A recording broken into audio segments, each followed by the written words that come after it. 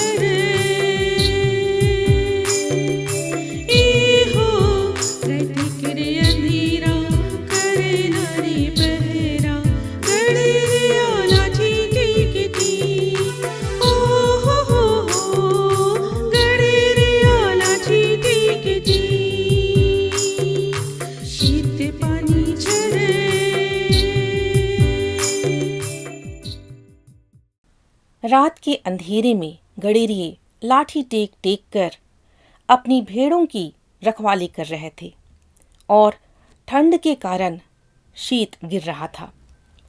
और ऐसे समय में जब प्रभु यीशु के जन्म की खबर स्वर्गदूतों के द्वारा उन्हें मिली तो वे प्रभु के दर्शन को निकल पड़े और मंजूषी भी तारे को देखकर बैतुलहम पहुंचे और चरनी में बालक यीशु का दर्शन किए।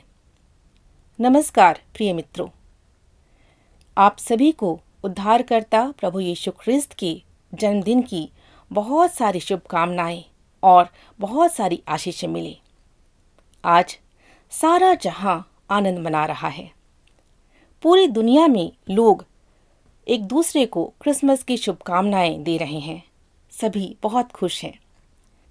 मुझे याद है मित्रों, पहले जब हम छोटे थे और युवा अवस्था में थे, तब दिसंबर महीने के शुरू होते ही घरों में क्रिसमस कार्ड्स का आना शुरू हो जाता था और हम सब सालों साल के कार्ड्स को जमा करके रखते थे।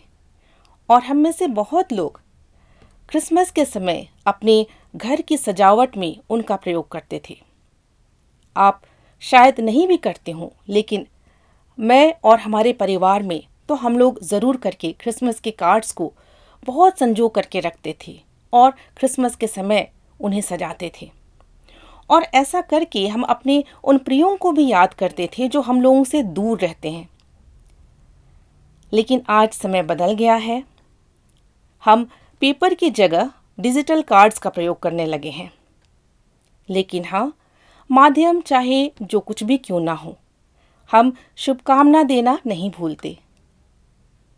जी हाँ मित्रों, क्रिसमस या कहें प्रभु यीशु का जन्म पर्व पूरी मानव जाति के लिए बड़े आनंद को लेकर आता है।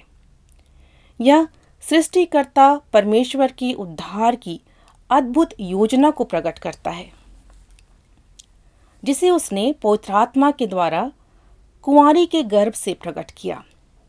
परमेश्वर ने उद्धारकर्ता की नम्रता और दीनता को इस बात से प्रकट किया कि उसका जन्म एक गौशाले में हुआ और उसे चरनी में लिटाया गया और फटे पुराने कपड़ों से उन्हें लपेटा गया।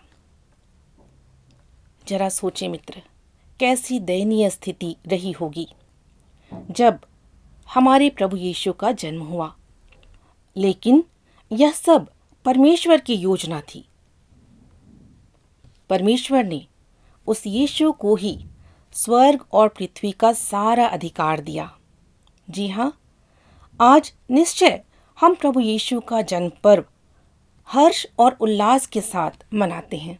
लेकिन हमें ध्यान रखना है मित्र कि प्रभु यीशु अब चरनी में नहीं बल्कि हमारे हृदयों में जन्म लेना चाहते हैं। और इसलिए आज हमें भी अपने हृदय को नम्र और दीन बनाने की आवश्यकता है। हमें आज प्रभु यीशु को एक छोटे बालक के रूप में नहीं, वरन राज अधिराज और न्यायकर्ता के रूप में देखना और स्वीकार करना जरूरी है। जैसा कि मीका नबी ने बैतलहम से एक राजा के आने की वाचा का वर्णन इस प्रकार किया है। हे बैतलहम एप्राता, यदि तू ऐसा छोटा है कि यहूदा के हजारों में गिना नहीं जाता, तो भी तुझ में से मेरे लिए एक पुरुष निकलेगा जो इस्राएलियों में प्रभुता करने वाला होगा। और उसका निकलना प्राचीन काल से वरन अनादि काल से होता आया है। और वह खड़ा होकर यहोवा की दी हुई शक्ति से और अपने परमेश्वर यहोवा के नाम के प्रताप से उनकी चरवाही करेगा। वे सुरक्षित रहेंगे क्योंकि अब वह पृथ्वी की छोर तक महान ठहरेगा। वह शांति का मूल होगा। मीका नबी की पुस्तक अध्याय 5 पद संख्या 2, 4 और 5। सचमुच में मेरे प्रियो, प्रभु यीशु मसीह का जन्म समस्त संसार के लिए शांति और न्याय का समाचार लेकर आया है। तो आइए हम सब अपने उद्धारकर्ता को, जो शांति का राजकुमार है, अपने हृदय में जन्म लेने के लिए निमंत्रण दें और उस असीम शांति, आनंद और प्रेम को पाएं जिन्हें वह बहुत आयत से हमें देते हैं। आप सभी को जन्म पर्व की शुभकामनाएं फिर से एक बार, और बहुत सारी आशीषें आपको मिलें। आप सब कुशल मंगल रहें। आमीन।